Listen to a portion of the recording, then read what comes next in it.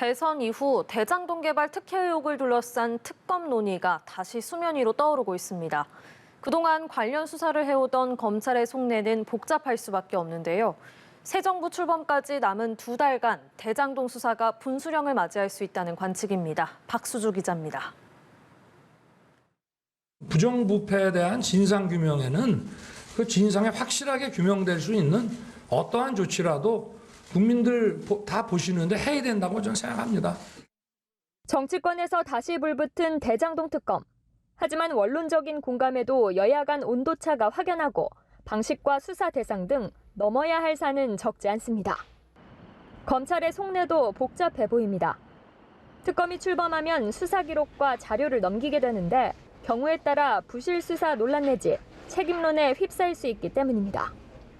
이 때문에 검찰 안팎에서는 칼끝이 다시 이른바 윗선을 향할 수 있다는 관측이 나옵니다.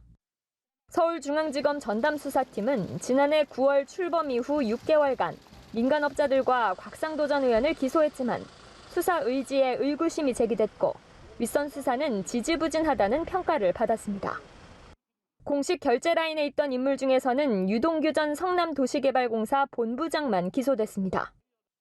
검찰이 조사한 최 윗선은 정진상 민주당 선대위 비서실 부실장으로 황무성 사장 사퇴 압박 의혹으로 한 차례 비공개 조사한 뒤 무혐의 처분했습니다. 다만 특검 논의와 별개로 새 정부 출범 이후 검찰 인사는 대장동 수사의 새로운 변수로 꼽힙니다. 대규모 인사와 함께 현 지휘 라인이 대거 교체될 가능성이 크기 때문입니다. 이럴 경우 사실상 전면 재수사 수준의 고강도 수사가 이뤄질 것이란 전망입니다. 때문에 검찰은 새 정부 출범 전까지 윗선 수사와 더불어 50억 클럽 의혹을 받는 박영수 전 특별검사와 권순일 전 대법관 등 남은 수사에도 주력할 것으로 보입니다.